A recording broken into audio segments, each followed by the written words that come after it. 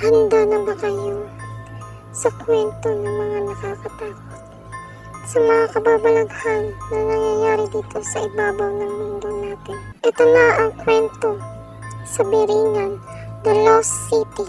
Hello guys, bago tayo magtungo sa ikakwento ko tungkol sa Biringan City, The Lost City, magandang gabi sa inyo.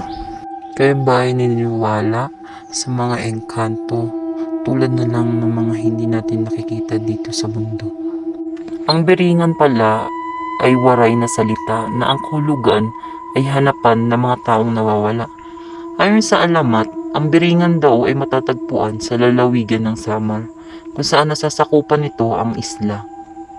Sa iba pang mga kwento ng matatanda, sa Samar ang Biringan ay tirahan daw ng mga engkanto.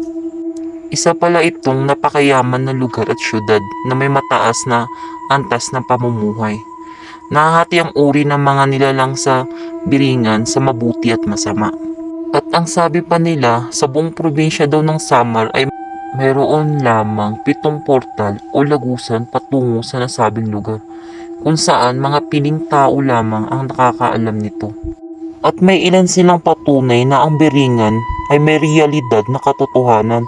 Sa katunayan, maraming delivery ng mga furniture, appliances, sasakyan at iba pang mga kagamitan mula Cebu at Manila ang orders na naka-address mismo sa Biringan City.